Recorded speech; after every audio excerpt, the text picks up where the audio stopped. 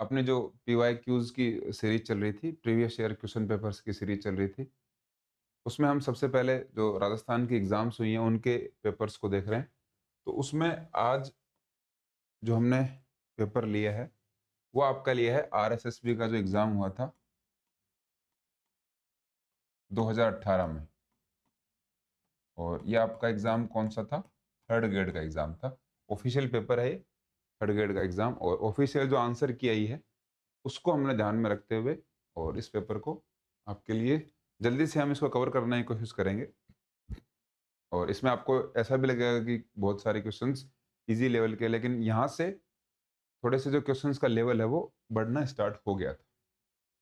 तो RSSB third grade 2018 का paper है, और लगातार हम धीरे-धीरे सभी आपके जो राजस्थान में एग्ज़ाम्स हुए हैं, आरपीएससी ने जो एग्ज़ाम्स लिए हैं, इसके बाद में आरएसएसबी ने 2022 का एग्ज़ाम लिया है, और उसके बाद में जो एग्ज़ाम्स हुए हैं, और ऑफ़िशियल आंसर की रिलीज़ कर दी है।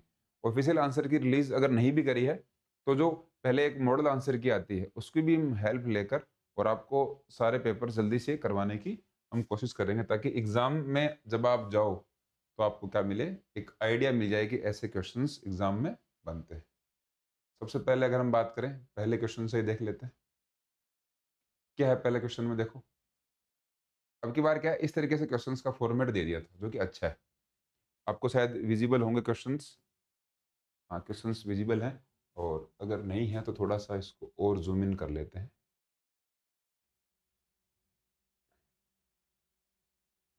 हाँ, अब एक बार देख लेते हैं। अब क्वेश्चंस विज़िबल हैं। चलिए देखते हैं। सबसे पहले हम बात करें शीतकारी। तो शीतकारी किसका पार्ट है? तो शीतकारी, शीतली, ये प्राणायाम होते हैं। योग का जो हमारा जो यूनिट है, आरपीएससी और अधीनस्थ बोर्ड दोनों ने लगभग सेम सिलेबस को रखा है। तो उसमें योग और शीतकारी, शीतली, बहुत सारे प्राणायाम है। तो ये प्राणायाम का एक टाइप है। सिंपल से क्वेश्चन पूछा है। भारत में संगठित शिविर प्रतिरूपित क्या है? ऑर्गेनाइज्ड कैंपिंग की बात करी है। तो कैंपिंग जो है, इंडिया के अंदर पहले साधु संत क्या घूमने फिरने का काम करते थे, लेकिन ये जो ऑर्गेनाइज तरीके से जब हम कैंपिंग करते हैं कि खाने की कोई कमेटी होगी, कहाँ पर रुकेंगे, क्या सारा कुछ अरेंजमेंट देखेंगे, वो आपको एक वेस्टर्न एग्जाम्पल मिलता है, पश्चिमी उदाहरण मिलता है। वेस्टर्न जो आप कहते हो कल्चर हो, संस्कृति हो, वहाँ से हमने इस चीज़ को अडॉप्ट किया है। नेक्स्ट है सीखने में कार्य करना, कार्य निर्मित करना, और कार्यों को ग्रहण करना, इनमें से सम्मिलित है। कई बार कन्फ्यूजन रहता है कि ये कैंपिंग इसके अंदर होगा, लेकिन इसमें जैसे कि एक्वायरिंग थिंग्स, तो एक्वायरिंग थिंग्स जो आ गया, एक्वायरिंग थिंग्स कैंपिंग के अंदर नहीं होता। ऐसी एक्सप्लेनेशन मैंने देखी है, तो वहाँ पर मुझे यही मिली है। तो इस तरीके से बोर्ड ने इसका आंसर मनोरंजन या फिर रिक्रिएशन को सही माना है। इसके बाद में अगला, योग की प्यूरिफिकेशन बॉडी माइंड के लिए 8 अवस्थाएँ बताई हैं। 8 अवस्था: यम, नियम, आसन, प्राणायाम, प्रत्याहार, धारणा, ध्यान, समाधि। अब भारतीय योग संस्थान की बात करी गई है, तो ये तो बहुत ही सिंपल सी बात है। नई दिल्ली के अंदर भारतीय योग संस्थान है, और इस क्वेश्चन को 7वें नंबर क्वेश्चन को क्या है, डिलीट कर दिया गया था बोर्ड के द्वारा। शिविर की सफलता सावधानी पूर्वक चयन पर निर्भर करती है। अब देखो एक बात, ये क्वेश्चंस तो हम सॉल्व कर रहे हैं। एक बात मैं आपको इम्पोर्टेंट ये बता दूं कि अपना जो पेपर रहता है अधीनस्थ बोर्ड का, स्पेशली मैं बात करूं, आरपीएससी में ये टेंडेंसी कम देखने को मिलती है। अधीनस्थ बोर्ड के पेपर में बहुत सारे क्वेश्चंस आपको इस तरीके के मिलेंगे कि आपको कोई भी बुक के अंदर नहीं मिलेंगे, वो कोई भी नोट्स में नहीं मिलेंगे, और आपको वो क्वेश्चंस कोई पढ़ा नहीं सकता। बहुत सारे क्वेश्चंस क्या मिलेंगे आपको, कॉमन सेंस के क्वेश्चन मिलेंगे। कॉमन सेंस के क्वेश्चन, कॉमन सेंस के क्वेश्चन आप कैसे कर सकते हो? जैसे कि 2022 वाले में आया था कि कोई कहानी सुना रहा है, तो कहानी सुनाने वाला क्वेश्चन था, तो उसके जो 4 ऑप्शंस थे उसमें से कोई सा भी हो सकता था। ऐसे क्वेश्चंस हम आपको नहीं पढ़ा सकते, ना आपको कोई और टीचर पढ़ा सकता है, बुक्स में भी नहीं मिलते। ऐसे क्वेश्चंस को आपको खुद सोचना पड़ता है। 130 में से मुझे लगता है कि कम से कम आपको मिल जाएँगे, 8 से 10 क्वेश्चन ऐसे मिलेंगे, जो कॉमन सेंस पर आधारित हैं। इसीलिए तो कहते हैं कि आप जो कॉम्पिटिशन एग्ज़ाम की तैयारी करते हो, वो केवल वो तैयारी नहीं है जो आप नोट्स और बुक्स या फिर कोई वीडियोज़ या फिर आप कोई कोर्स लेते हो, कोई कोचिंग लेते हो, उसकी पढ़ाई से अलग है। जब आपके पास वैकेंसीज़ कम हो और आपको अगर आगे बढ़ना हो, तब ये कॉमन सेंस आपका बहुत अच्छी तरीके से हेल्प करता है। ये छोटी-सी आपको बात बताई थी मैंने। कि क्वेश्चंस का लेवल कैसे रहता है। फिर प्राणियों के संरक्षण, अच्छा ये क्वेश्चन, अच्छा ये तो 7वां डिलीट हो गया और ये हमने देख लिया। अब 8वां क्वेश्चन है, प्राणियों के संरक्षण, वृद्धि, विकास के लिए खेलकूद बहुत ही महत्वपूर्ण है। ये जो बात कही थी, ये हम थोड़ा सा इसको ऐसे कर लेते हैं ताकि आपको सब कुछ साफ दिखाई दे जाए, पूरा कवर हो जाए। अब ठीक है, देखो ये मैकडूगल द्वारा दी गई डेफिनेशन थी। तो ऐसे डेफिनेशन पूछते हैं कई बार, ठीक है। मैकडूगल ने क्या दी थी, टीपी नन ने क्या दी थी, प्ले की डेफिनेशन पूछ लेते हैं, फिजिकल एजुकेशन की डेफिनेशन पूछ लेते हैं, और साइकोलॉजी में मोटिवेशन हो गया, ये ऊपर ऊपर के डेफिनेशन पूछेंगे। अधीनस्थ बोर्ड का 2022 तक का तो पेपर का लेवल ठीक ठाक ही चल रहा है। 2022 का पेपर कोई बहुत ज़्यादा मुश्किल नहीं था, लेकिन उसमें भी हमारी सीटें खाली रही थी। अब ऐसा सुनने में आ रहा है कि लेवल थोड़ा-सा बढ़ाने वाला है अधीनस्थ बोर्ड। तो देखते हैं उसी के अकॉर्डिंग अब हम हमारी तैयारी भी ऐसी होनी चाहिए। राष्ट्रीय उद्यान सेवा क्या है? National park service provided by, ये गवर्नमेंट एजेंसीज़, इस तरीके की जो एजेंसीज़ हैं, ये हमारी प्रोवाइड करवाती हैं। गवर्नमेंट एजेंसी हैं, स्वैच्छिक मतलब हम खुद की मर्ज़ी से करने वाले निकाय होते हैं। कमर्शियल अलग हो गया और गैर सरकारी अलग चीज़ें हो जाती हैं। मनोरंजन गतिविधियों में मानव की पूरी श्रृंखला को सम्मिलित करना चाहिए। मनोरंजन गतिविधियां हैं, रिक्रिएशनल जो एक्टिविटीज हैं, तो रिक्रिएशन में तो आप अपने इंटरेस्ट से काम करते हो, अपनी रुचियों से काम करते हो, आपका कहाँ पर इंटरेस्ट है तो उसको ध्यान में रखना पड़ता है। ये पेपर कब हुआ था? 30/9/2018, पेपर सेकंड की। यहाँ पर ये जो हम क्या देख रहे हैं, आंसर की है उसको देख रहे हैं। फिर योगा के फादर के बारे में पूछा गया, ये फादर और रचयिता कौन थे, ग्रैंडफादर कौन थे, ऐसे क्वेश्चंस हमारे बहुत ज़्यादा देखने को मिलते हैं। तो महर्षि पतंजलि थे। बाबा रामदेव ने पतंजलि नाम का एक बहुत बड़ा ब्रांड बना रखा है। इससे भी ऐसे क्वेश्चंस को सॉल्व कर सकते हो। रिक्रिएशन मूवमेंट की बात करी गई है, तो ये प्रोफेसर जीडी सोंधी थे। भारत में मनोरंजन आंदोलन की शुरुआत प्रोफेसर जीडी सोंधी ने ही करी थी। इसके बाद में किसने कहा मनोरंजन गति का विषय है न कि भावुकता का? जोसेफ ली ने कहा था। तो मनोरंजन के क्वेश्चन इस वाले जो सेट थे इसमें पहले आ गए थे। मनोरंजन के जो आपके स्टेटमेंट है वो पूछते हैं कई बार। कैंपिंग के कई बार किसने क्या कहा था वो पूछ लेते हैं। इस तरीके के क्वेश्चंस आपको देखने को मिलते हैं। इसके बाद में मनोरंजन क्रियाओं का मुख्य उद्देश्य क्या है? तो मनोरंजन आप कब करते हो? जब कोई आप काम करते हो, काम करने के बाद में आप थक गए या फिर आप रिलैक्स आपको करना है, तो पिकनिक घूमना या फिर खाना बनाना अपनी हॉबीज से, या फिर कुछ ऐसे गेम खेलना जिसके रूल्स आपने खुद बनाए हैं, तो ऐसे आप करते हो। लॉस्ट एनर्जी, जो एनर्जी आपकी खो चुकी है, लोग घूमने वगैरह जाते हैं तो वो आपको रिक्रिएशन, पहले जो आपकी एनर्जी खो चुकी है उसको वापस गेन करने के लिए। निम्न में से कौन से शारीरिक क्षमता घटक को योग आसनों द्वारा अच्छे से विकसित किया जा सकता है? तो योगासन करते हो उससे क्या है, आपकी फ्लेक्सिबिलिटी बढ़ती है। फ्लेक्सिबिलिटी क्या है? आपके जो जॉइंट्स हैं उनके अंदर से क्या बढ़ जाएगी, मूवमेंट आपकी बढ़ जाती है। निम्न क्रिया निम्न क्रिया कार्यक्रमों में से कौन सा कार्यक्रम बालकों और बालिकाओं के शिविर का महत्वपूर्ण अंग है? तो आपके शिविर में स्विमिंग हो कोई जरूरी नहीं है, क्लाइंबिंग हो सकता है लेकिन कोई जरूरी नहीं है, हंटिंग तो बिल्कुल ही बैन है, कैंप फायर जरूर होता है। कैंप में शाम के टाइम पर सब लोग बैठते हैं और फायर या फिर आग जलाते हैं और फिर वहां पर क्या करते हैं, पूरे दिन की एक्टिविटीज है उनकी चर्चा की जाती है, रिक्रिएशन की बातें की जाती है। सरप्लस एनर्जी हर्बर्ट स्पेंसर ने दी थी। बहुत ही सिंपल था, इसके अंदर पूछ लिया। सरप्लस एनर्जी थ्योरी क्या होती है, उसके स्टेटमेंट भी आपको एग्जाम में देखने को मिल सकते हैं। उस तरीके की आपकी प्रिपरेशन होनी चाहिए। सामुदायिक मनोरंजन के बारे में पूछा गया है, कम्युनिटी रिक्रिएशन के बारे में पूछा गया है। तो ये गांव, कस्बा और शहर अपने आवासियों के लिए, कम्युनिटी का मतलब ये वही हो जाता है, बहुत सारे लोग मिल गए, वो हो गई कम्युनिटी। तो कम्युनिटी का अपने ये जो सिलेबस है उसके अंदर दे रखा है, वहाँ से इस क्वेश्चन को किया गया है। सिलेबस को अच्छे तरीके से फॉलो किया गया है, ये बहुत अच्छी बात है। कई बार सिलेबस से बाहर भी चीज़ें हमें देखने को मिलती हैं, जो कि बिल्कुल भी सही नहीं है, बच्चे थोड़ा-सा कन्फ्यूज़ हो जाते हैं। बच्चों में खराब अंग विन्यास क्या है? पोस्चर की बात करी गई है। अगर किसी बच्चे का अगर पोस्चर खराब है, इसका मतलब क्या है? उसको खड़े होने में दिक्कत है, ढंग से वो बैठ नहीं सकता, तो ये डिपेंड करता है उसके मेल न्यूट्रिशन पर, कुपोषण, खाना अच्छे से अगर नहीं मिला है तो। बाकी ऑप्शन भी ठीक ठाक हैं, लेकिन सख्त कपड़े पहनने से फर्क नहीं पड़ेगा, बॉडी का अगर डेवलपमेंट होगा तो वो होगा ही। निम्नलिखित में से कौन सा कारक शारीरिक स्वस्थता पर प्रभाव नहीं डालता? कौन सा? फिजिकल फिटनेस है, उसके ऊपर प्रभाव कौन सा नहीं डालता? तो बैलेंस डाइट का भी फर्क पड़ता है, ठीक है, बहुत सारी चीजों का फर्क पड़ता है। वापस वहां पहुंचते हैं, एक बार रुकिए, ये डिलीट कर देते हैं। हाँ देखो, बैलेंस डाइट का भी फर्क पड़ता है और डेली एक्सरसाइज है उसका भी फर्क पड़ता है।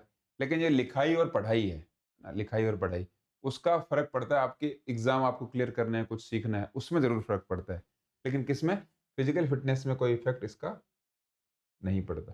तो नोट है, नोट वाला जो आपको ऑफलाइन एग्जाम दे रहे हो तो उसको आप सबसे पहले हाईलाइट कर लेंगे। जब भी ऑफलाइन एग्जाम देते हो तो नोट वाला है, इसको ऐसे कर दिया, सर्कल में मार्क कर दिया, या फिर इस तरीके से जैसे क्वेश्चन पढ़ा, नोट को मार्क कर दिया, और फिर ये जो क्वेश्चंस के आपको ऑप्शंस मिले उनको एलिमिनेट करना आप शुरू कर सकते हो। Suitable example for hinge joint, तो हिंज जॉइंट में आपको एल्बो का जॉइंट है, हिंज का सबसे शानदार एग्जाम्पल है ही। बाकी यहाँ पर और कोई जॉइंट लिखा नहीं, हिंज जॉइंट लिखा हुआ है।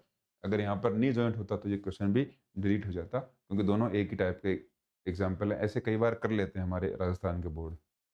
न्यूटन का दूसरा गति का नियम त्वरण का नियम है, इसका फॉर्मूला भी अगर आपको पूछें तो ध्यान में रखना, F is equal to m a, इसका फॉर्मूला है, दूसरा नियम, कई बार क्वेश्चन पूछा गया है।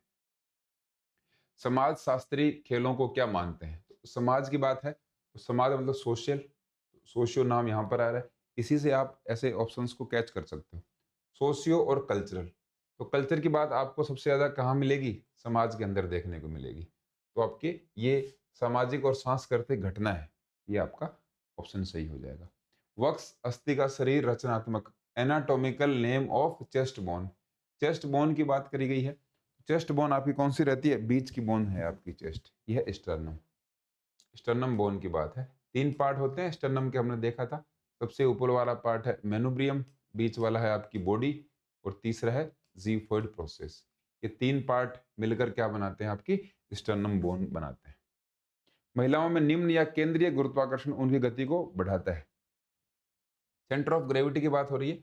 महिलाओं में जो सेंटर ऑफ ग्रेविटी है वो मेल के कंपैरिजन में थोड़ी सी नीचे होती है, और ये सेंटर ऑफ ग्रेविटी थोड़ी सी नीचे है क्योंकि जो फीमेल की बॉडी है ऊपर से थोड़ा सा हैवी रहेगी, और वो उसको बैलेंस बनाने के लिए सेंटर ऑफ ग्रेविटी नीचे रहता है। ये बैलेंस अच्छा बन जाता है उनसे उनका। तो मोर स्टेबल फीमेल आपको देखने को मिलेंगी कंपैरिजन टू मेल। श्वेत मांसपेशी तंतु किसकी? व्हाइट मसल फाइबर्स की बात की गई है। तो white muscle fibres fast contraction के लिए आवश्यक है। व्हाइट और रेड दो मसल्स टाइप के फाइबर हैं। तो रेड मसल जो फाइबर होते हैं ये आपके जो एंडोरेंस वाले गेम हैं उनमें हेल्प करते हैं, और व्हाइट मसल फाइबर्स आपके जो स्प्रिंटिंग इवेंट है उसके अंदर हेल्प करेंगे। दो टाइप के फाइबर हम पढ़ते ही हैं। इसके बाद में है एक्सरे के माध्यम से कौन सी आयु का पता लगाते हैं? तो वो हम लगाते हैं एनाटॉमिकल एज, ठीक है, एनाटॉमिकल एज। बहुत टाइप की एज होती है। फिजियोलॉजिकल एज है, फिजियोलॉजिकल एज में जैसे कि कोई टीन एज है, उसके दांत कितने आ गए हैं, उस तरीके से फिजियोलॉजिकल एज का हम पता लगाते हैं। क्रोनोलॉजिकल एज में उसकी डेट कितने साल का कोई इंसान हो चुका है उसका हम पता लगाते हैं। एनाटॉमिकल में शरीर की संरचना कैसा वो उसका शरीर है उसका पता लगा लेते हैं। और मानसिक एज मानसिक आयु, एज नहीं मेंटल एज है, मानसिक आयु का पता हम लगाते हैं, उसकी जो आईक्यू हम चेक करते हैं उससे पता लगा सकते हैं। तो ये एक्सरे तो बहुत ही सिंपल सा ये क्वेश्चन बन जाता है। फिजिकल एजुकेशन की आवश्यकता है लोगों के आम स्वास्थ्य में सुधार, संबंधों को समझना, आनुवंशिक वातावरण, तो ऐसे क्वेश्चन आपको बहुत मिलेंगे। फिजिकल एजुकेशन की नीड क्या है, या फिर फिजिकल एजुकेशन क्यों जरूरी है, फिजिकल एजुकेशन से क्या हो सकता है, फिजिकल एजुकेशन के मिथ कितने हैं। तो ऐसे बहुत सारे इजी क्वेश्चन आपको एग्जाम में देखने को मिलेंगे। इस तरीके से हमारे जो क्वेश्चंस हैं वो बनते हैं, और हम घबरा जाते हैं तब हमारे क्वेश्चंस गलत होते हैं, नहीं तो ऐसी कोई मुश्किल की बात नहीं है। मनोविज्ञान के जनक की बात हुई है तो विलियम वुंट है। विलियम वुंट मनोविज्ञान के जनक हैं। व्यवहार का विज्ञान वगैरह ये सारी बातें हम पढ़ते ही हैं। सीखने के कौन से नियम संतुष्टि का नियम है? तो ये लॉ ऑफ सेटिस्फेक्शन है। और लॉ ऑफ सेटिस्फेक्शन प्रभाव के नियम में हम देखते हैं कि कोई संतुष्ट है तो और काम करेगा, असंतुष्ट है तो वो नहीं काम करेगा। इसके बाद में मनोवैज्ञानिक परीक्षणों द्वारा कौन सी आयु का पता लगाते हैं, तो ये बात हमने कर भी ली। इसकी जो साइकोलॉजिकल टेस्ट करते हैं तो उससे आपकी मानसिक आयु का पता लगती है, फिजियोलॉजिकल एनाटॉमिकल इस एज का पता नहीं लगता। Which one is the body structure deformity hunchback, hunchback की बात हो रही है।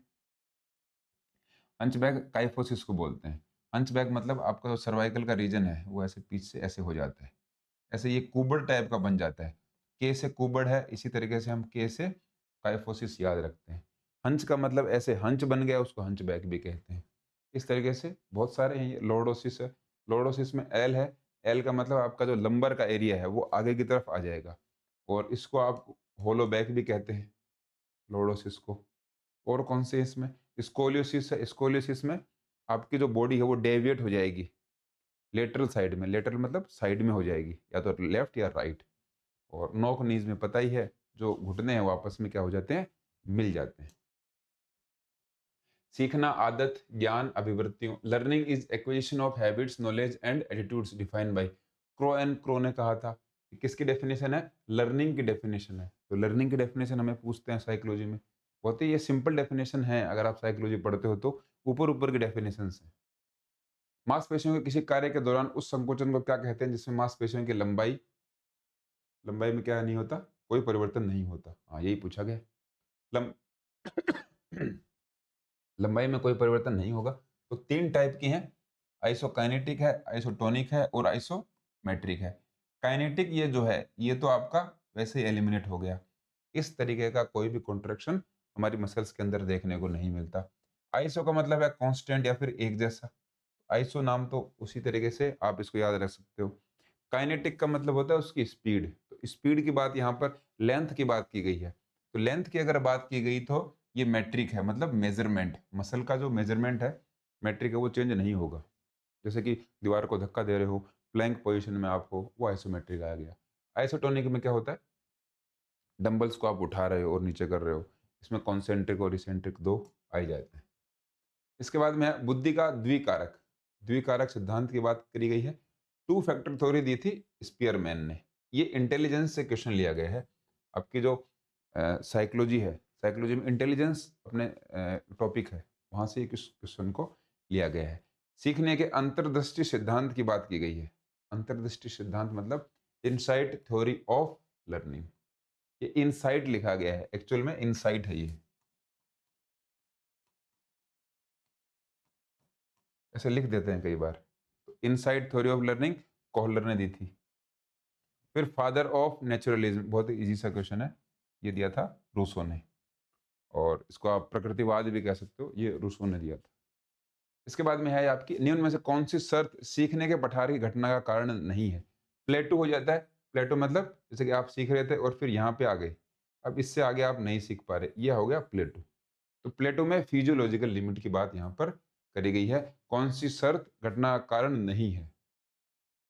नहीं है का मतलब आप कितना सीख पाते हो। तो इसमें आपका जैसे कि बहुत आप हेल्दी हो, बहुत मोटे हो या फिर बहुत पतले हो, उसका फ़र्क पड़ता है। तो ऐसी बात बिल्कुल भी गलत है। ये बाकी तीनों का फ़र्क पड़ता है। थकान हो जाएगी, तब आप उसके आगे नहीं सीख पाओगे। इन तीनों का फ़र्क पड़ेगा, और उस एक जो पॉइंट है, शारीरिक सीमा, उसका फ़र्क नहीं पड़ेगा। ट्रांसफ़र ऑफ ट्रेनिंग, प्रशिक्षण में स्थानांतरण क्या है? हाँ, प्रशिक्षण में स्थानांतरण क्या है? विभिन्न अवस्थाओं में मौखिक सीखना, लर्निंग फ्रॉम एनवायरनमेंट, एनवायरनमेंट से सीखना। उद्योग में नवीन अवस्था, ये तो बिल्कुल भी नहीं है। पुरानी अवस्था से नवीन अवस्था में समस्त सीखों का प्रयोग करना, आप सीखते हो, प्रयोग करने के बाद नहीं है। वातावरण से सीखना, तो ये ऑप्शन जो बी वाला है ये सूटेबल हो जाता है एकदम से एग्जैक्ट। तो ऐसे ट्रांसफर ऑफ, अगर हम ट्रेनिंग की बात करें तो जैसे कि उसमें इस तरीके से आता है कि बैडमिंटन का प्लेयर है, वो टेनिस खेल सकता है अच्छे से, और टेनिस सर्विस कर सकता है वॉलीबॉल में। इस तरीके से आपका ट्रांसफर ऑफ ट्रेनिंग होता है ये। उत्प्रेरणा का पुनर्बलन का मत, ये स्किनर ने दिया था। Reinforcement theory of motivation, motivation के खूब क्वेश्चन पूछते हैं। व्यवसायिक नैतिकता का सत्व सार क्या है? प्रोफेशनल इथिक्स की बात करी गई है। अच्छा क्वेश्चन है। प्रोफेशनल इथिक्स का मतलब जो आप काम कर रहे हो उसके प्रति आप कितना ईमानदार हो। कोई भी काम, मैं आपको पढ़ा रहा हूँ, मैं कितनी ईमानदारी से पढ़ा रहा हूँ, आपका काम है पढ़ना, आप कितना ईमानदारी से पढ़ रहे हो। कोई किसान है वो खेत में काम कर रहा है, वो कितना ईमानदारी से कर रहा है, कंपनी में काम कर रहे हैं, कोई नेता अपना काम कर रहे हैं, ऑफिसर्स अपना काम कर रहे हैं। ये सभी प्रोफेशनल एथिक्स आते हैं। आप किस तरीके से अपने काम को अच्छे तरीके से क्या है, तो ये आपका आ जाएगा प्रोफेशंस के प्रति आपका समर्पण है, कमिटमेंट टू प्रोफेशन, वो आपका कितना है। इसके बाद में जब कोई जोड़ गति करता है तथा इस दौरान उस जोड़ की 2 हड्डियों के बीच कोण बनता है, बनता नहीं कोण बढ़ता है, तो इस प्रकार की गति को क्या कहते हैं? क्या कहने की कोशिश कर रहा है? जैसे कि ये एक जॉइंट है एल्बो का, ये मैंने ऐसे कम किया, तो इनके बीच में एंगल कम हो गया। कम हो गया, तो उसको तो बोलेंगे आप क्या बोलेंगे? यहाँ पर दे नहीं रखा। उसको बोलेंगे कॉन्ट्रैक्शन। संकुचन इसको आप हिंदी में कह सकते हो। हिंदी में अगर इसको लिखना चाहें तो ये हो गया आपका संकुचन। और जब ये एंगल बढ़ता है, ऐसे हाथ किया था, ये सामने हाथ कर दिया, उसको आप एक्सटेंशन या फिर विस्तार बोल दोगे। उपलब्धि प्रेरणा किससे संबंधित है? अचीवमेंट मोटिवेशन की बात की गई है, तो ये आपका व्यक्ति की आवश्यकता से संबंधित है। ये जो अचीवमेंट मोटिवेशन था, ये मैक्लिलैंड ने दी थी, है ना? नीड, नीड है, ठीक है। और ये नीड ऑफ अचीवमेंट, कॉन्ट्रैक्शन और ये एक्सटेंशन, हाँ इसका एक्सटेंशन हो गया। और ये कॉन्ट्रैक्शन है, इसको आप फ्लेक्शन भी कह सकते हो। फ्लेक्शन है, एक्सटेंशन है, कॉन्ट्रैक्शन भी, आपके जो एंगल है वो कम होते हैं। इस तरीके से ये आपको ध्यान में रखना है। अब किनेसियोलॉजी और स्पोर्ट्स बायोमैकेनिक्स एक दूसरे से कैसे रिलेटेड है? ये अच्छा क्वेश्चन है। ये क्वेश्चन पूछा गया था, शानदार क्वेश्चन है। देखो, क्या sports biomechanics is a specialized area of kinesiology. इसका मतलब किनेसियोलॉजी बहुत बड़ी है। खेल बायोमैकेनिक्स किनेसियोलॉजी का विशिष्ट भाग है। ठीक है, किनेसियोलॉजी का विशिष्ट भाग है, तो किनेसियोलॉजी बहुत बड़ी है। यहाँ पर आगे स्पोर्ट्स बायोमैकेनिक्स, ऐसे समझना है इस चीज को। किनेसियोलॉजी अपने आप में एक बहुत बड़ा पार्ट है। इसके बाद में क्या है, कौन से उत्तोलक में बल आधार और प्रतिरोध के बीच में होता है? तो 3 टाइप के रहते हैं। और यहाँ पे क्या पूछा गया है? Force is in between weight and fulcrum. ये तो आप टाइप 1, टाइप 2, टाइप 3 तो आप बता दोगे। आजकल ऐसे पूछते हैं, फोर्स को तो पूछ लेते हैं एफर्ट लिखकर, वेट को पूछ लेते हैं लोड, फलक्रम को तो फलक्रम ही है, इसको एक्सिस भी कहते हैं। तो टाइप 3 लीवर में होती है। और टाइप 3 लीवर हमारी बॉडी के अंदर सबसे ज़्यादा स्पोर्ट्स की एक्टिविटीज़ में काम आता है। निम्न में से कौन सा एक्टोमॉर्फ शरीर रचना का घटक नहीं है? एक्टोमॉर्फ, एक्टोमॉर्फ मतलब एक पतला सा जो बिल्ट होती है, मजबूत और लंबी गर्दन, ये घटक नहीं है। बाकी ये सारी एक्टिविटीज़ या फिर सारी जो स्पेशलिटी है वो एक्टोमॉर्फ के अंदर देखने को मिलती हैं। एक्टो, मीजो, इस टाइप के 3 थे, एक एंडोमॉर्फ, ये हमें तीनों जो क्लासिफिकेशन थे वो देखने को मिले थे। और हम जल्दी इसको करने की कोशिश करेंगे क्योंकि हम इसको सॉल्व नहीं कर रहे। एक बार प्रीवियस ईयर क्वेश्चन पेपर्स आपके आए हुए हैं, मैं आपको बता दूंगा कौन से थोड़ा सा ध्यान देने वाले क्वेश्चन है, उसमें आपको थोड़ा सा ध्यान देना है। यहाँ पर क्या दे रखी है? फिजिकल एजुकेशन के ऑब्जेक्टिव के बारे में दे रखी है। तो एच.एम. बैरो ने एक ऑब्जेक्टिव दिया था, ऑब्जेक्टिव ऑफ फिजिकल एजुकेशन। याद कर लेना, बहुत सारे ऑब्जेक्टिव दिए हैं, सीधे सीधे क्वेश्चन आते हैं। इनमें से कौन सी मानव की सांस्कृतिक धरोहर है? ये क्वेश्चन तो कई बार रिपीट हो गया, इसलिए पीवाईक्यूज देख लेने चाहिए। आप कितनी भी बड़ी एग्जाम दे लो, ऐसे छोटे मोटे क्वेश्चन से आपको हर एक एग्जाम में देखने को मिलेंगे। तो ऐसे क्वेश्चन एक बार आप देख लेते हो, आपकी हेल्प हो जाती है। लैंडिंग सेक्टर पूछा है, शॉर्ट पुट का पूछ लेते हैं कई बार। 34.92 अच्छा क्वेश्चन है ये भी। उस टाइम पर ये क्वेश्चन वहाँ उस टाइम के लिए नया था। ये करंट का क्वेश्चन है, तो करंट में जब हम एग्जाम दे रहे हैं तो उसके स्पोर्ट्स करंट अफेयर से हमें अपडेट रहना है। हर एक एग्जाम में पूछते हैं। मैंने थर्ड ग्रेड में देखा है, सेकंड ग्रेड में देखा है, फर्स्ट ग्रेड में देखा है, असिस्टेंट प्रोफेसर में भी देखा है। करंट के क्वेश्चंस को आपके फिजिकल एजुकेशन के अंदर पूछा जाता है। ये फिर करंट का क्वेश्चन आ गया। एस है, टेनिस से रिलेटेड है, ये हमने पढ़ भी लिया था, बहुत बार इसको देखा है। और मर्डेगा कप, ये आपकी हॉकी से नहीं है, सॉरी फुटबॉल से। मर्डेगा कप का संबंध है फुटबॉल से। कप पूछते हैं, ट्रॉफीज पूछ सकते हैं आपको, कोई टूर्नामेंट पूछ सकते हैं। ये स्वेथलिंग कप है, तो स्वेथलिंग कप का संबंध है आपका टेबल टेनिस से। अच्छे क्वेश्चन है, देखो दोनों, ये दोनों क्वेश्चन 2018 की बात हो रही है। उस टाइम पर इतने ज़्यादा पूछे नहीं गए थे, स्टार्टिंग हो गई थी। और शॉर्ट पुट का वेट पूछा है, तो मैन के लिए जो वेट पूछा है यहाँ पर, अच्छा ये दोनों में, इन दोनों में कंफ्यूजन था, तो इस क्वेश्चन को फिर डिलीट कर दिया गया। यहाँ पर थोड़ी सी गलती हो गई थी बोर्ड से ऑप्शन देने में। डीइंग एक्सप्रेस, हाँ हिमा दास उस टाइम पर बहुत फेमस थी, मेडल वगैरह जीत के आ रही थी, तो इसलिए उनका नाम आ गया। ये भी करंट का क्वेश्चन है। ये हाँ, कबड्डी की रेड 30 सेकंड जो टाइम दिया जाता है, ये हमें पता है। ईच कबड्डी रेड, हर एक कबड्डी की रेड जो करते हैं, रेडर जाता है, उसको कितना टाइम मिलता है? 30 सेकंड्स। लंबी कूद के रनवे की न्यूनतम लंबाई तो 40 से 45 बताई गई है, 40 न्यूनतम होती है। अच्छा क्वेश्चन है। कौन से भारतीय क्रिकेट खिलाड़ी को 2018, ये भी करंट का क्वेश्चन है। बास्केटबॉल में ऑफेंस के खिलाड़ी का प्राथमिक लक्ष्य क्या रहता है? ऑफेंस का मतलब क्या है? ऑफेंस होता है और एक डिफेंस होता है। ऑफेंस का मतलब वो बास्केट करना चाहता है, डिफेंस का मतलब उसको बचाना है, उसका मतलब है स्कोर करना। 33वां ओलंपिक खेल कहाँ आयोजित होगा? तो पेरिस में, ये तो हो गया है, 2018 की बात है, इसलिए यहाँ पर ये फ्यूचरिस्टिक क्वेश्चन भी पूछ लेते हैं हमारे board. Penalty shoot out hockey में 8 सेकंड का टाइम है। और ये physical education Dronacharya award, first professor Karan Singh. Karan Singh हमारे सिलेबस में इनका नाम भी है, इसके बारे, इनके बारे में पूरा हमें पढ़ना भी है। तो फर्स्ट प्रोफेसर थे फिजिकल एजुकेशन के, जिनको द्रोणाचार्य अवार्ड मिला। द्रोणाचार्य अवार्ड प्रोफेसर करण सिंह को मिला था। अच्छा क्वेश्चन है ये भी। इसके बाद में क्या है?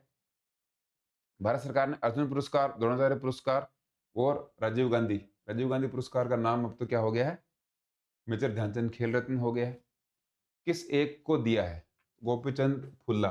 तो ये देखो, नाम थोड़ा सा इन्होंने गलत लिख दिया, ये पुलेला गोपीचंद है,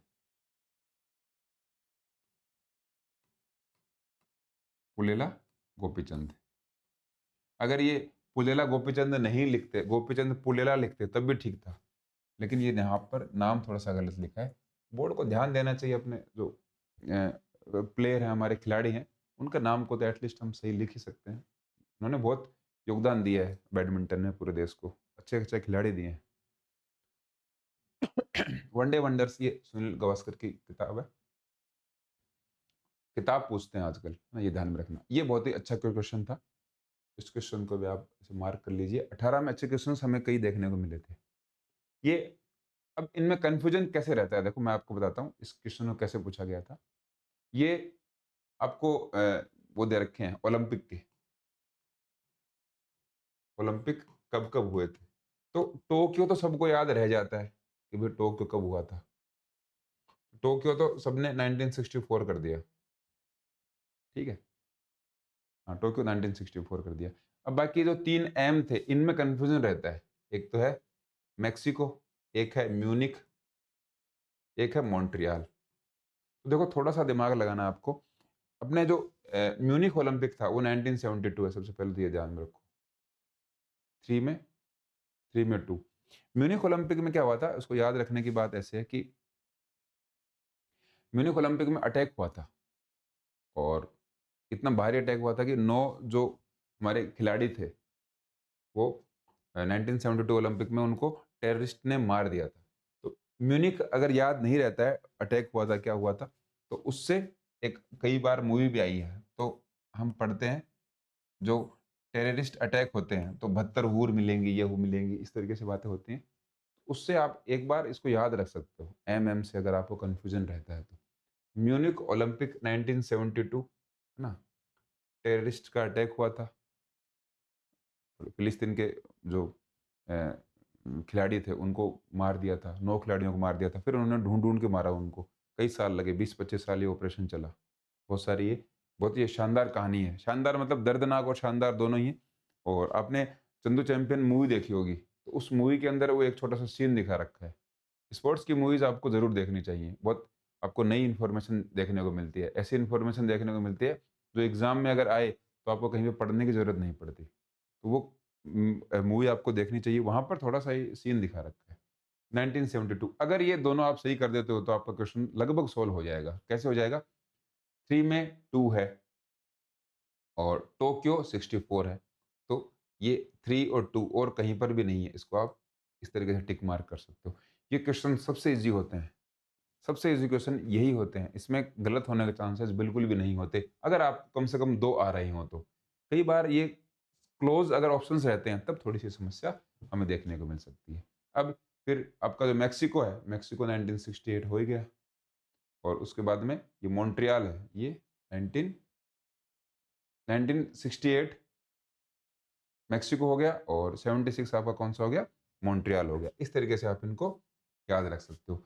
बाकी और कोई तरीके आपको अगर नहीं याद रहते हैं तो 1-2 बार या फिर 5-7 बार इनको पढ़ोगे तो आपको ये सब दिमाग लगाने की ज़रूरत नहीं पड़ेगी, ईज़िली आपके ये याद हो जाएँगे। थोड़ा-सा स्टार्टिंग में आपको बस समझने की ज़रूरत पड़ती है, ठीक है?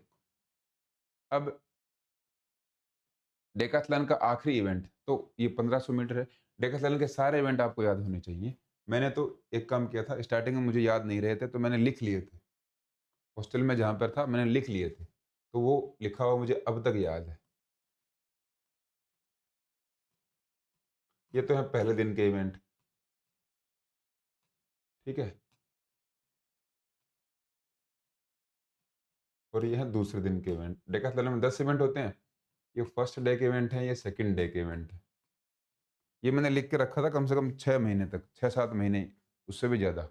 डेली इनको देखता था। मुझे इनमें कुछ ना कुछ ऐसा लगा कि इसमें कोई ट्रिक वगैरह बना लें, इनको याद रख लें। ट्रिक वगैरह मुझे नहीं बनाई गई मेरे से, तो मैंने इसको रट्टाफिकेशन करके याद कर लिया। आप भी कर सकते हो। छोटे-छोटे तरीके हैं याद करने के इन चीज़ों के। फिर ये क्वेश्चन आपको बहुत ईज़ी लगेगा, नहीं तो डेकाथलॉन के इवेंट कैसे याद करें, लास्ट पूछ लिया। आपको पूछ लेंगे कि 7th नंबर का कौन-सा था? दूसरे दिन का तीसरा इवेंट कौन-सा है? ऐसे क्वेश्चन बन सकते हैं, इसलिए मैं बता रहा हूँ। ठोस स्वर्ण पदक ये 1912 आखिरी बार दिए गए थे। उसके बाद में आगे दे नहीं पाए, और ये फर्स्ट वर्ल्ड वॉर भी आ गई थी, बहुत सारी चीज़ें हो गई थी। 2018 विंबलडन, ये टेनिस के क्वेश्चन आजकल आने बंद हो गए हैं। आजकल बोर्ड पता नहीं कहाँ से ये करंट के क्वेश्चन बनवा रहे हैं। ये पहले फेवरेट क्वेश्चन थे ये। आप टेनिस की याद करके चले जाओ, 2 क्वेश्चन सही हो जाएँगे। आजकल नहीं आते। ब्लाइंड की जो कॉम्पिटिशन है वो कहाँ पर हुई थी? हमारे शायद असिस्टेंट प्रोफेसर में क्वेश्चन आया था, ब्लाइंड कॉम्पिटिशन अंडर 17 या फिर 19 का कहाँ हुआ था? और वो 16, 17, 19 का पूछ लिया। और ऐसे क्वेश्चन पूछे तो जनरली हम पढ़ते नहीं। राजस्थान अकेडमी का कोई अवार्ड मिला है, राजस्थान के जो खिलाड़ी हैं वो गए हैं फॉरेन में कहीं पर रेसलिंग में, अंडर जो उनकी वेट कैटेगरी बता दी। ऐसे पॉपुलर हम क्वेश्चन पढ़ते हैं, लेकिन ऐसे अनपॉपुलर या फिर ऐसे क्वेश्चंस जो हमें आपके मैगज़ीन्स वगैरह में नहीं होते, न्यूज़पेपर में होते हैं, वहाँ से आजकल क्वेश्चन बनने लग गए। थोड़ा-सा ध्यान रखना इन बातों का। दर्शन शास्त्री जिन्हें आदर्शवाद का जन्मदाता, आदर्शवाद आपका है आइडियलिज्म, आइडियलिज्म के हैं आपके प्लेटो। इलियड और ओडिसी होमर ने दिए थे, सिंपल सा क्वेश्चन है। स्नाइप्स का साई में विलय 1987 में हो गया था। 84 में साई बनी थी, और इसका जो एग्जैक्ट डेट है वो है 25 जनवरी, और फिर 87 में स्नाइप्स और साई दोनों एक हो गई थी। एलसीपी ग्वालियर के पहले पीएम जोसेफ थे फाउंडर। फाउंडर प्रिंसिपल, सबसे पहले जो प्रिंसिपल थे, आचार्य थे, वो पीएम जोसेफ थे। याद रखने वाली बात है। डिडस्केलियम प्राचीन यूनान में संगीत का विद्यालय था। डिडस्केलियम में संगीत सिखाया जाता था। राजकुमारी अमृत कौर अपनी 1953 में इनकी राजकुमारी अमृत कौर स्कीम भी आई थी, बहुत ही शानदार स्कीम थी। इसी को फिर एडवांस लेवल पर जाकर फिर 1961 में ये सारी चीज़ें फिर आगे हुई। तो ये टेनिस की खिलाड़ी थी, ये याद रखना है। ये भी क्वेश्चन इतना पॉपुलर नहीं था उस टाइम पर, पहली बार आया था। कौन सा काल प्राचीन भारतवर्ष में, वैदिक काल, ये 2500 से 600, ये एक काल का क्वेश्चन पक्का आएगा, इसको आप याद कर लेना। टर्न वेरिएंट है ना, Ludwig John, turn variant movement है ये, लुडविग जॉन, जर्मनी से रिलेटेड है। एशियाड आंदोलन की कल्पना किसने की थी? Professor GD Sondhi. एशियाड आंदोलन मतलब सभी जो एशियन कंट्रीज है, हम आपस में एशियन गेम्स खेलेंगे, तो ये जीडी सोंदी थे, और उस टाइम के तत्कालीन जो प्रधानमंत्री थे पंडित जवाहरलाल नेहरू, उन्होंने मिलकर फिर 1951 में, 1951 में पहला आपको ये कराया था, अपना एशियन गेम्स कराए थे नई दिल्ली के अंदर। वाईएमसीए की स्थापना 1920 एच सी बक ने करी थी। ये क्वेश्चन बहुत बार पूछा गया है, इजी सा है। वृद्धि निम्नलिखित कालों में से किस काल में सबसे अधिक होती है? तो वृद्धि अगर हम बात करें, ग्रोथ की बात करें, तो वो शेषवा काल में अच्छी मानी जाती है सबसे ज्यादा। ये आपका ग्रोथ एंड डेवलपमेंट का क्वेश्चन है। कौन सा क्रेसमर के शरीर का वर्गीकरण नहीं है? तो पिकनिक है, एथलेटिक है, एस्थेनिक है, कोलरेक नहीं है। कोलरेक वगैरह, बाइल वगैरह, ये उनके क्रैशमर के नहीं है। Father of sports psychology Coleman Griffith को माना जाता है। साइको का अर्थ आत्मा होता है, ये आपको ध्यान में रखना है, व्यवहार नहीं करना है। व्यवहार का विज्ञान साइकोलॉजी को कहते हैं, लेकिन जो साइको का मतलब है या फिर साइक का मतलब है, ये आत्मा ही रहेगा। सिगमंड फ्राइड ये मनोविश्लेषणवाद के जनक हैं, साइको एनालिसिस के जनक हैं, कई बार क्वेश्चन पूछा गया है। मनोविज्ञान में सर्वाधिक उद्देश्यात्मक विधि किसे माना जाता है? तो ये एक्सपेरिमेंटिज्म या फिर प्रयोगात्मक। मनोविज्ञान में उद्देश्य मतलब जब तक आप कोई एक्सपेरिमेंट नहीं करोगे, तो आप उन चीज़ों को सोल्व कैसे करोगे, समझोगे कैसे? एक्सपेरिमेंट बहुत ज़रूरी है, इसीलिए ये क्वेश्चन सही हो गया। फिर जो क्वेश्चन पूछा गया है वो मनोविज्ञान से रिलेटेड है, साइकोलॉजी की एक डेफिनेशन पूछी गई है क्रुक्स और स्टीन की, तो ये याद रखना है आपको। इसके बाद में नेगेटिव ट्रांसफर ऑफ लर्निंग, बहुत सिंपल सा है। सीखने में कोई बाधा आती है, रुकावट आती है, ऑब्स्ट्रक्शन आती है, वो नेगेटिव होता है, और पॉजिटिव रहता है आपको कोई सीखा हुआ आपके आगे काम में आ रहा है तो। व्यक्तित्व को प्रभावित करने वाला मुख्य कारक है, दोनों ही कारक मुख्य हैं यहाँ पर, और हेरिडिटी और इन्वायरमेंट अगर अलग अलग होता तब भी व्यक्तित्व मतलब आपकी जो पर्सनैलिटी है वो आपकी इन्वायरमेंट से भी इन्फ्लुएंस होती है, और आपकी किससे होती है? वंशानुक्रम से भी, हेरिडिटी से भी होती है। सर्वप्रथम सीखने के सिद्धांतों की खोज तो थॉर्नडाइक ने की थी। सीखने के सिद्धांत दिए थे, जो कि साइकोलॉजी में हम बहुत ही सालों से पढ़ते आ रहे हैं, और बहुत ही हमने अच्छे तरीके से इनको पढ़ भी लिया है। अब जाने कैसे क्वेश्चन आएंगे साइकोलॉजी के, हमें पता नहीं, लेकिन अभी तक तो हमने अच्छे से उनको कवर कर ही रखा है। फिजिकल एजुकेशन और स्पोर्ट्स में सबसे प्रभावी जन संपर्क है। पब्लिक रिलेशन की बात हो रखी है, तो पब्लिक रिलेशन आपका सबसे शानदार स्पोर्ट्स कॉम्पिटिशन्स के अंदर बनता है। देखते हैं आप किस क्वेश्चन का आंसर दे सकते हो। पिरामिड टूर्नामेंट आपका चैलेंज टूर्नामेंट का टाइप है, नॉकआउट कॉम्बिनेशन वगैरह ये सारी अलग चीज़ें हैं, लेकिन जो पिरामिड टूर्नामेंट है ये चैलेंज से होता है ना, चैलेंज आप देते हो सामने वाली टीम के साथ खेलने का, ये भी एक टाइप। पर्यवेक्षण मतलब सुपरविजन की बात हो रही है। Supervision must always be the, सीखने की स्थिति में सुधार इसी से होता है। जैसे कि आप सुपरविजन कर रहे हो, किसी को देख रहे हो, तो कोई कितना सीख रहा है उसकी स्थिति में अगर सुधार है तो उसी को उसी के ऊपर ध्यान केंद्रित होना चाहिए। नॉकआउट टूर्नामेंट में 11 टीमें हैं, तो नीचे के अर्ध में कितनी बाइज दी जाएंगी? नॉकआउट टूर्नामेंट में 11 टीमें हैं, तो सबसे पहले तो अपर हाफ में 6 टीम रहेंगी, लोअर हाफ में 5 टीम रहेंगी। टोटल 11 टीम है, 11 टीम में 22 मिलेंगी, टोटल 5, नंबर ऑफ बाइज 5 रहेंगी। पहली बाइज नीचे वाले हाफ में दी जाती है, तो 3 बाइज रहेंगी लोअर हाफ में, 2 बाइज रहेंगी अपर हाफ में। तो 11 टीमों में नीचे वाले पार्ट में कितनी बाइज दी जाएंगी? तो वो रहेंगी आपकी 3। अपर में पूछते तो आपका आंसर हो जाता 2। शारीरिक संचार better organize by the mass physical activity के बारे में बात की गई है। शारीरिक संचार गतिविधि कक्षाएं किसके उपयोग द्वारा बेहतर ढंग से, तो आपका जो कमांड मेथड है वो सबसे शानदार है। फिजिकल एक्टिविटी क्लासेस, मास फिजिकल एक्टिविटीज, इसका मतलब आपके सामने बहुत सारे बच्चे खड़े हैं, उनको आपको फिजिकल एक्टिविटी या फिर पीटी करवानी है, उसके लिए सबसे बेस्ट मेथड कमांड मेथड ही कहा जाएगा। What is the formula to find out the number of matches in league tournament? तो देखो, लीग टूर्नामेंट की बहुत ही शानदार यहाँ पर बात कर रखी है। ये जो n/n-1, ये देखो, अब ये और कंफ्यूजन कैसे हो जाता मैं आपको बताता हूँ। लीग टूर्नामेंट 2 टाइप का होता है, एक तो है सिंगल लीग, एक है डबल लीग। सिंगल लीग में एक टीम दूसरी टीम के साथ एक बार खेलती है, 10 टीमें हैं तो एक टीम बाकी 9 टीमों के साथ खेलेगी। डबल लीग में एक टीम दूसरी टीम के साथ 2 बार खेलती है, 10 टीम है, एक टीम दूसरी टीम के साथ 2-2 बार खेलेगी। सिंगल लीग टूर्नामेंट का जो फॉर्मूला होता है वो होता है n/n-1, और फिर नीचे इसका क्या रह जाएगा? बाई 2। डबल लीग टूर्नामेंट का जो फॉर्मूला होता है n/n-1। ठीक है, इन दोनों में यही फर्क है, ये दोनों सेम है, लेकिन बाई 2 लग गया तो सिंगल लीग में आधे मैच हो जाएंगे, डबल लीग में ये आपके मैच रहेंगे वो पूरे रहेंगे। तो मान लीजिए 10 टीम है, 10 × 9 कौन 2, तो ये इस तरीके से काट के कितने मैच हो जाएंगे? 45 मैच हो गए। n/n-1, तो n/n-1, बस ये हो गए मैच 90, लगभग जस्ट डबल मैच हो गए। तो n into n minus one by two, n into n minus one by two. यहाँ पर और कोई फॉर्मूला ऐसा नहीं है, n into n plus one by two ऐसा फॉर्मूला होता ही नहीं है।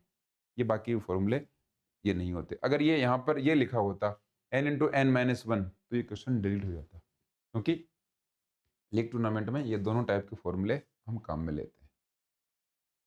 अच्छा, शिक्षण कौशल के लिए सबसे आदर्श बनावट, तो सेमी सर्कल होता है, मतलब यहाँ पर टीचर खड़ा है और सामने ऐसे बच्चे खड़े होने चाहिए ताकि सभी बच्चों को दिखे।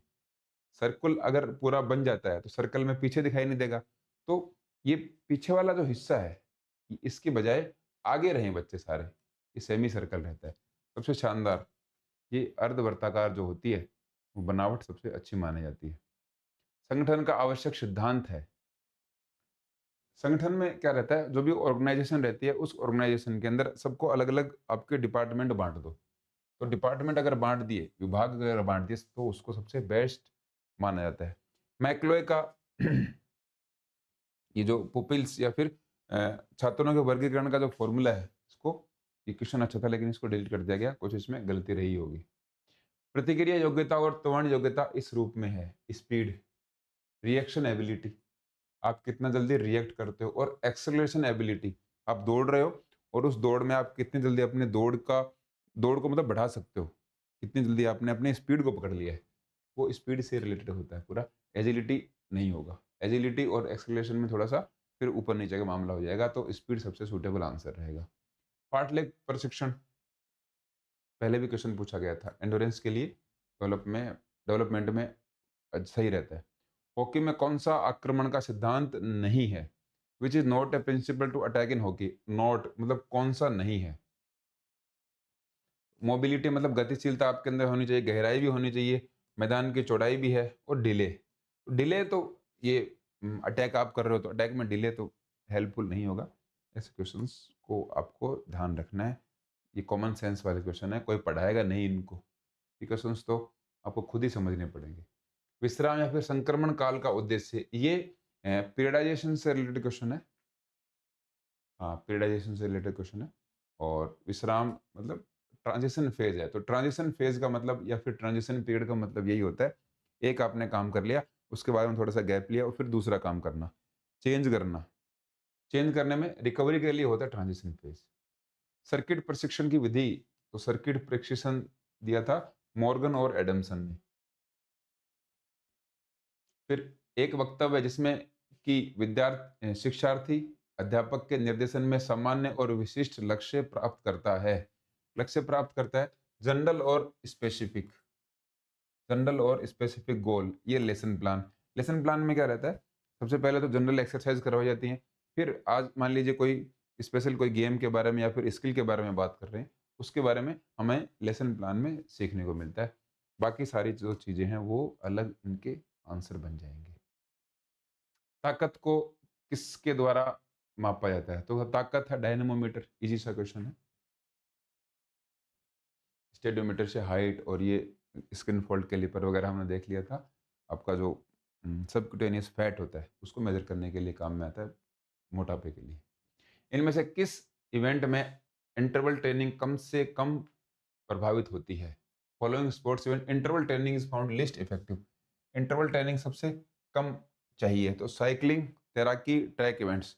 देखो साइकिलिंग आप कंटिन्यूस एक्टिविटी करते हो, इंटरवल ट्रेनिंग, तैराकी में भी चाहिए, ट्रैक इवेंट्स में भी चाहिए, जिम्नास्टिक्स के अंदर आपकी फ्लेक्सिबिलिटी स्ट्रांग होनी चाहिए, आपकी एजिलिटी अच्छी खासी होनी चाहिए, बैलेंस अच्छा खासा होना चाहिए। भारत खेलों में उच्च प्रदर्शन नहीं कर पा रहा, उसका मुख्य कारण क्या है, देखो ये जो क्वेश्चन होते हैं, ये क्वेश्चन होते हैं आपको फंसाने के लिए, ऐसे क्वेश्चन में बिल्कुल भी नहीं फंसना है। ऐसे क्वेश्चन जब भी आए तो आपको बहुत ही एक पॉजिटिव आंसर देना है। अब इसका आंसर हम क्या दे सकते थे कि जो हम हाई परफॉर्मेंस नहीं पहुंच पाते, उसमें सरकारी नीति का अभाव है, सरकार अच्छे से नीतियां नहीं बना पा रही, ठीक है। उचित खेल मैदानों का, उचित खेल मैदान भी तो नहीं है, हर जगह नहीं है, और उचित खेल उपकरण, ये तीनों ही तो बातें सही हैं, ये नेगेटिव आंसर हो जाता, नेगेटिव आंसर से बचना है कंपटीशन एग्जाम में, ये ध्यान रखना। यहाँ पर खिलाड़ियों के उचित प्रशिक्षण का अभाव, lack of proper coaching to the player, खिलाड़ियों को कोचिंग भी नहीं मिल रही, प्लेयर्स को कोचिंग भी नहीं मिल रही, सारी ही तो चीजें इस तरीके से। अब देखो गवर्नमेंट पॉलिसीज की बात करें, गवर्नमेंट की पॉलिसीज शानदार रहती हैं। खेलो इंडिया मूवमेंट वगैरह कितना शानदार इनिशिएटिव है, लेकिन वो जब सरफेस ग्राउंड लेवल पर या फिर धरातल पर जब उतरता है तो उसमें फिर तमाशा बन जाता है। सरकार कोशिश तो खूब करती है, सारी सरकारें करती हैं। तो सरकारी नीति का अभाव ये देख के हमने अगर टिक लगा दिया तो वो बिल्कुल भी सही नहीं माना जाएगा, नेगेटिव हो जाएगा। गवर्नमेंट की पॉलिसीज कितनी शानदार बहुत सारी होती हैं, लेकिन इम्प्लीमेंटेशन में प्रॉब्लम आ जाती है। जब वो एक आम नागरिक तक पहुंचती है वहां पे दिक्कत पैदा हो जाती है। तो सरकार के खिलाफ ऐसे लिखना वगैरह ये सारा ये क्वेश्चन है वो इस तरीके से कभी भी नहीं पूछे जाते, ध्यान रखना। छोटी सी बात है ये एक अच्छा ये हरदयाल सिंह ने कही थी ये बात, बस ये ध्यान में रखना। हरदयाल सिंह स्पोर्ट्स ट्रेनिंग के बहुत ही शानदार बुक लिखी है उन्होंने, और स्पोर्ट्स ट्रेनिंग की ये जो डेफिनेशन है ये उन्होंने कही थी। अच्छा क्वेश्चन है, बहुत बहुत कम बच्चों का ये सही हुआ था। तो ऐसे क्वेश्चंस अगर आपके आए तो कुछ क्वेश्चन छोड़ने के लिए होते हैं। अगर आपको ध्यान में रहता है तो स्पोर्ट्स ट्रेनिंग की कुछ डेफिनेशन से 10-12 उनको पढ़ लेना। बीसीजी का टीका किसके विरुद्ध? तो बीसीजी का टीबी के लिए होता है। ऊर्जा मापने की इकाई कैलोरी है, मिलीग्राम, किलोग्राम, ग्राम या फिर ये सारी वजन नापने की है। जोड़ों के अध्ययन को आर्थ्रोलॉजी कहते हैं। कि जोड़ों का संधि विज्ञान यहाँ पर लिख भी दिया। तो जोड़ है और संधि है, तो इससे तो इस क्वेश्चन का आंसर आप आसानी से कर ही सकते थे।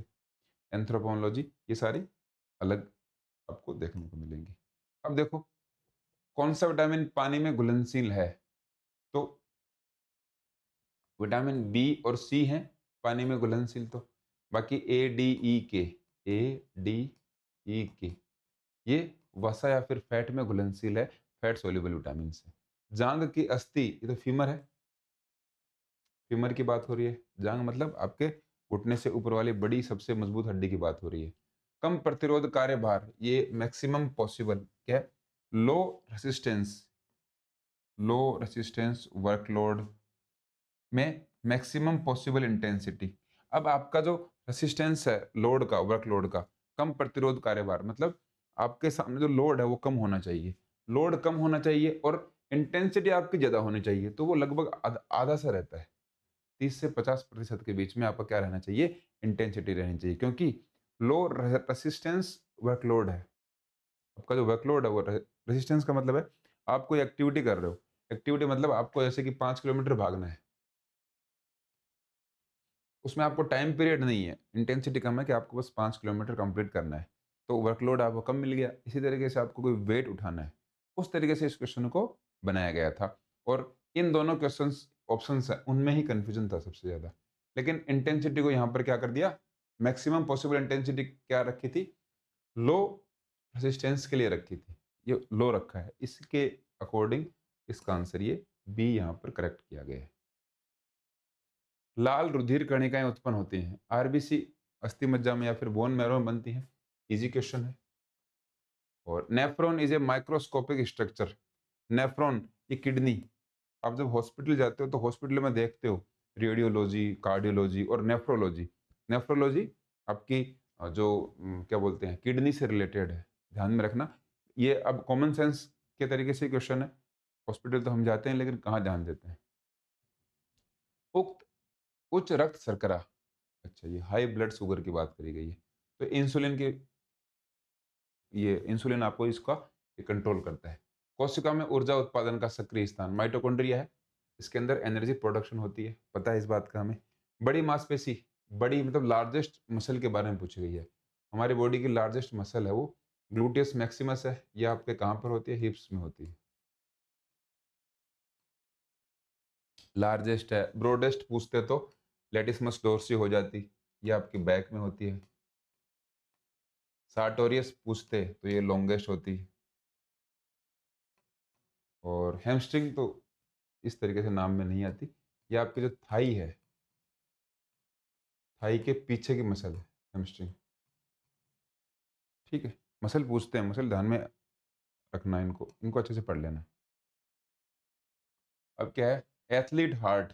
एथलीट हार्ट मतलब कोई खिलाड़ी है लगातार फिजिकल एक्टिविटी कर रहा है और उसका जो हार्ट है उसकी साइज बढ़ गई, उसको एथलीट हार्ट करते हैं। और एथलीट हार्ट है तो हार्ट आपकी क्या है? एक मसल है, मांसपेशी है। मांसपेशी को आप ट्रॉफी लिख सकते हो। तो जब ये मांसपेशी साइज है बढ़ जाती है, ये हो जाएगी हाइपरट्रॉफी, और मसल्स की साइज जब कम हो जाएगी तो ये हो जाएगी एट्रोफी। यहाँ पर यही पूछा गया है, what is an athletic heart, खिलाड़ी का हृदय क्या है? तो ये क्या है? एक हाइपरट्रॉफिक स्थिति है। हाइपरट्रॉफिक मतलब आपका जो हार्ट की जो मसल है, कौन सी मसल है? कार्डियक मसल है, उसकी क्या है? साइज बढ़ गई है, साइज इंक्रीज हो गई है। निम्नलिखित में से कौन सा तत्व केवल प्रोटीन में नाइट्रोजन मिलता है? बाकी CHO, CHO ये तो आपके उसमें है, बाकी सभी में मिलते हैं। प्रोटीन में नाइट्रोजन मिलेगा, कोई कार्बोहाइड्रेट, फैट वगैरह ये सारे मिलते हैं। नाइट्रोजन का ध्यान में रखना। मानव शरीर में वजन का कितना प्रतिशत, वॉलेंटरी मसल्स के बारे में पूछा गया है। वॉलेंटरी मसल्स 40 टू 41 इस तरीके से इतना परसेंटेज में रहती हैं। बहुत ही क्लोज ये थे, 40 और 45। तो 40% एग्जैक्ट दिया हुआ है, बहुत सारे बुक्स में 40% दिया हुआ है। ध्यान में रखना है, वॉलेंटरी मसल्स का आपकी पूरे टोटल बॉडी वेट में इतना रेशियो रहता है। स्वास्थ्य शिक्षा की एक डेफिनेशन पूछ ली, थॉमस वुड ने दी थी। तो health education, psychology, physical education, sports training, इसकी डेफिनेशन पूछते हैं। रिक्रिएशन, कैंपिंग, ये भी किसने दिया था? ये भी पूछ लेते हैं। प्रोटीन की कमी से क्वाशियोरकर हो जाता है। विटामिन सी से स्कर्वी, विटामिन डी से ये रिकेट्स, और नाइट ब्लाइंडनेस होता है आपका बी की कमी से। मांसपेशियों का अध्ययन मायोलॉजी होता है। टिश्यूज का स्टडी है ऑस्टियोलॉजी, और ये आर्थरोलॉजी हमने देख लिया, जॉइंट्स की स्टडी है। यहाँ पर एक कई बार क्वेश्चन ऐसे पूछ लेते हैं। न्यूरोलॉजी आपके नर्वस सिस्टम से रिलेटेड है। आयोडीन की कमी से गोइटर रोग या फिर घोंघा रोग हो जाता है, स्कर्वी वगैरह। ये सारे जो आपको ऑप्शन दिख रहे हैं, ये लगभग रिपीट कर दिए हैं ऑप्शंस। अच्छा, लास्ट हम 130 क्वेश्चन तक पहुंच गए। जैव धारिता, vital capacity. Vital capacity spirometer से मेजर की जाती है। बहुत ही सिंपल सा क्वेश्चन है। स्पायरोमीटर मुंह में एक ऐसी एक नली से देते हैं, फिर भागते हैं, भागने के बाद में उसको सांस आता है, सांस आपका उस मीटर के अंदर जाएगा, और फिर उसके अंदर वो रहती है HG, पारा रहता है, उससे फिर मेजर कर लेते हैं कितना आया, उस तरीके से काम करते हैं। और ये स्पायरोमीटर हो गया। थर्मोमीटर से आपको टेम्परेचर नापते ही हैं। एक क्वेश्चन है, एक मिश्रण जो सभी जीवित कोशिकाओं में पाया जाता है और ऊर्जा परिवर्तन में मुख्य भूमिका निभाता है। ATP ऐसा सोर्स है एनर्जी का, लिविंग सेल में मिलता है। और एनर्जी ट्रांसफॉर्मेशन में सबसे पहले जब आप काम करते हो तो आपकी बॉडी को जो एनर्जी मिलती है, सबसे पहले ATP से एनर्जी मिलेगी। डिप्थीरिया रोग का संबंध है ना कंठ से है। ये क्वेश्चन अगर नहीं भी आ रहा है तो आप उसको देख सकते हो। डिप्थीरिया जैसे कि लंग्स से नहीं छूना। लीवर और कंठ में बहुत ज़्यादा अगर कन्फ्यूजन रहता है तो लीवर से रिलेटेड जो हैं डिजीज़ है, उससे पहले पी मिलेगा। न्यूमोनिया की स्पेलिंग पी से स्टार्ट होती है। ऐसा थोड़ा सा कॉमन सेंस लगा के इन क्वेश्चंस का आप आंसर्स वो इजीली दे सकते हो। 130 क्वेश्चन हो गए। इस क्वेश्चन पेपर का लेवल मैं अच्छा कहना चाहूँगा, इतना बहुत ही बेसिक नहीं था, थोड़ा सा बेसिक से ऊपर था। और धीरे-धीरे क्वेश्चंस के लेवल तो बढ़ेंगे, लेकिन ये PYQs आपको करने ज़रूरी हैं, ये आपको बिल्कुल आने चाहिए। एग्ज़ैक्ट आपको पता होना चाहिए कौन सा क्वेश्चन पूछा गया है, और ऑफ़िशियल आंसर की में इसका आंसर क्या था। इसीलिए ये क्वेश्चंस मैं आपको करवा रहा हूँ। जल्दी ही हम राजस्थान के सारे एग्ज़ाम्स के जो क्वेश्चंस आए हैं फिज़िकल एजुकेशन के, वो कवर कर लेंगे। इसके अलावा अगर आपके कोई डाउट है या फिर और कुछ आपको चाहिए कि सर ऐसे क्वेश्चंस को भी इंक्लूड करो, या फिर और कोई एग्ज़ाम है उनके भी क्वेश्चंस को इंक्लूड करो, तो कमेंट्स में आप ज़रूर बताना। धन्यवाद।